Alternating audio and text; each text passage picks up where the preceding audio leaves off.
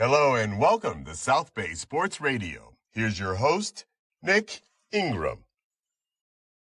So, you guys go into the game against Gardena coming off a bye. What were some things that you saw in that game that you'd been waiting to see over those first 6 games? Yeah, well, really, just coming out of a bye, it's good to get healthy. But I don't know, in the past, teams struggle sometimes coming out of a bye just because you're 2 weeks off from not having, live game speed. And we really executed well early on. We chose to take the ball and went down and scored in 5 plays. And we had really focused on the bye week just on ourselves, just getting better things. We had little things we could do to get better.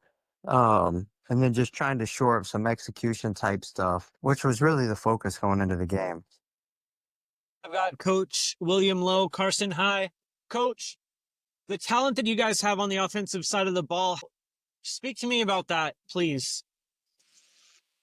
Yeah, I mean, it all starts with the quarterback. I mean, he's really talented, great kid, great leader. He's worked really hard this year trying to make himself, a well-rounded quarterback. We all know he's a dual threat. Along with that, we have some really good receivers that have worked hard as well, too. So, we have 2 good running backs. We had 3, one towards ACL in the Dorsey game. But we have 2 guys now stepping up that are able to carry the ball. And then you're only as good as your offensive line.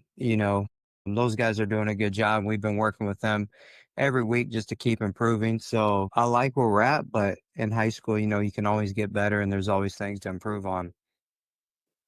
Defensively, who have been some of those unsung heroes that have stepped up for the Colts? Yeah, just like our offensive staff, our defensive staff, those guys do a great job. In high school, you're only as good as your assistant coaches. And I really like our coaching staff. Our defensive guys get after it. They bring a lot of energy. Our defensive line does a great job getting after the ball. Kingston Sula is only a sophomore and has, over 10 sacks on the year. Xavier Allen's a senior. He's a multi-sport athlete. He was a leader on the baseball team, that won Division I. And he plays D-line and linebacker for us. We kind of move him around where he can help us defensively. He does a great job. But really just the whole unit, on both sides, I don't like singling out too many individuals because football is such a team sport. It really takes everybody to be good. You come into this job after Coach Christensen steps away. What were some of your expectations beginning in the season? And how has the team played to those expectations? Or have you had to change your viewpoint? No, I mean, I looked at the roster and watched some film and stuff, and I knew Carson had a lot of talent, which, was one of the reasons why I wanted the job. And just a great tradition that Carson has with football and how much emphasis that the school puts on football. That was a big selling point to me when I interviewed. There's not a lot of schools that put such an emphasis on being good at football, and I really felt Carson was that way. So, I mean, the thing I like about it coming from the southern section and the city to the city section is I know our ceiling. Our ceiling is we want to compete for the Open Championship every year. And, hopefully that's where we're at. You've got a couple of games, and the biggest game on your schedule as of right now is San Pedro. How tough is it going to be not to overlook the next games on your schedule, knowing where you guys finish the year? Right. I know I've already seen stuff kind of online and then in the media about how big a game that's going to be. And I was at Pedro last Friday watching Pedro and Banning, of course, because we played Banning this week and we had played on Thursday night. And it's a great atmosphere out there. So that'll probably be an unbelievable atmosphere that night. But as you said, that doesn't happen if you don't take care of business. And Banning started off the season so strong. They're solid and have a solid coaching staff. They've been hurt by injuries quite a bit, and that's always tough in high school. But Banning is a rival with Carson, so everybody's going to, give us their best shot, and that's going to be a great game. And then we got Narbonne the next week. So we've really been preaching to our kids, just take one game at a time and try to go 1-0 every week. Because like you said, if you overlook, everybody in the Marine League is capable of beating you. That philosophy, I know I kind of joked about it last week on my show, but that philosophy is something that I've heard more and more coaches try to instill in their program. Where did you come up with that one game at a time, 1 week at a time philosophy?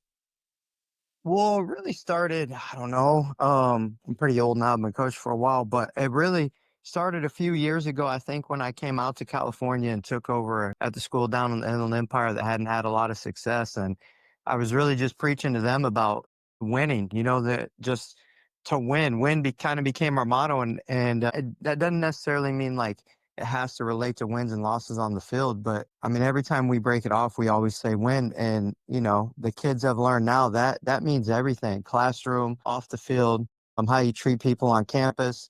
You can't not do the little things right all during the day and then show up on Friday night and expect to win. So some people are like, oh, you break it off on win, is it only about wins and losses? No, but in order to win, you have to be doing the right thing during the week, to get those wins on Friday night. So that's one thing we try to talk about often with the kids, the little things, that the little things matter, especially in a game, you know, like football, where so many details are involved.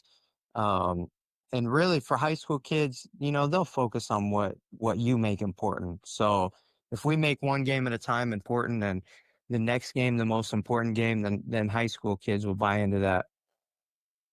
Let's talk about the buy-in from the community. I know that Pop Warner football, especially in Carson, is very big.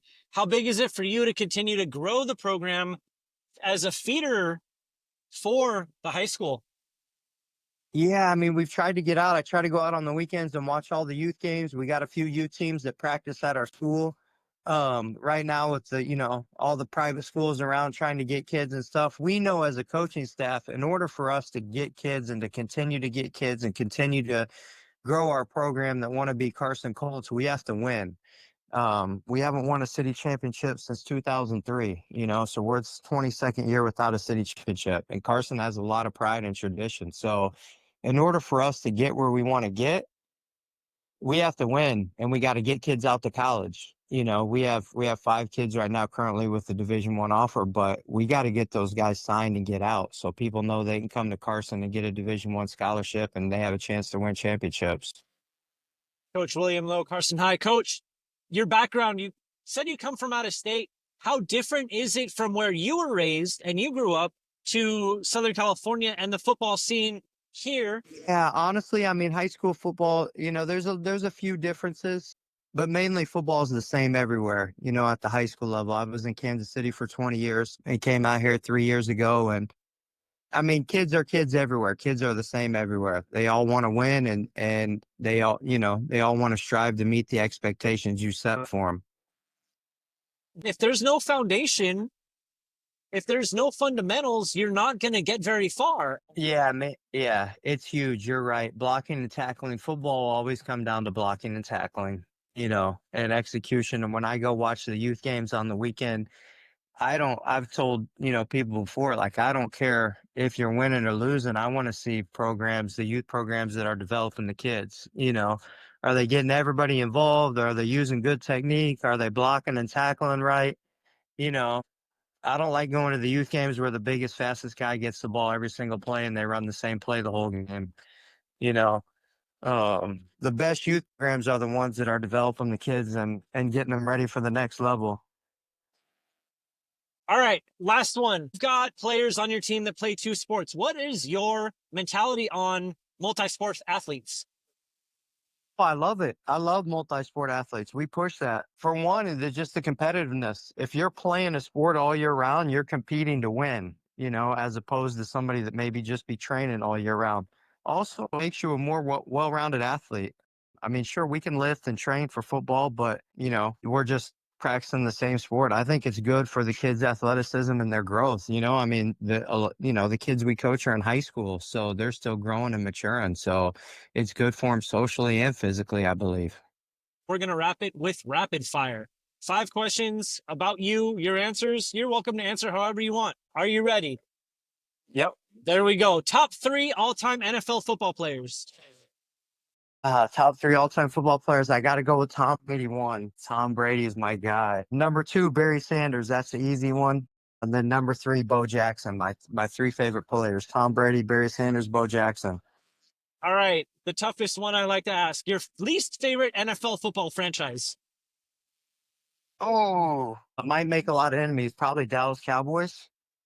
No, I don't know if there's that many Cowboys fans around anymore, but All right, yeah. There we go. Top football movies.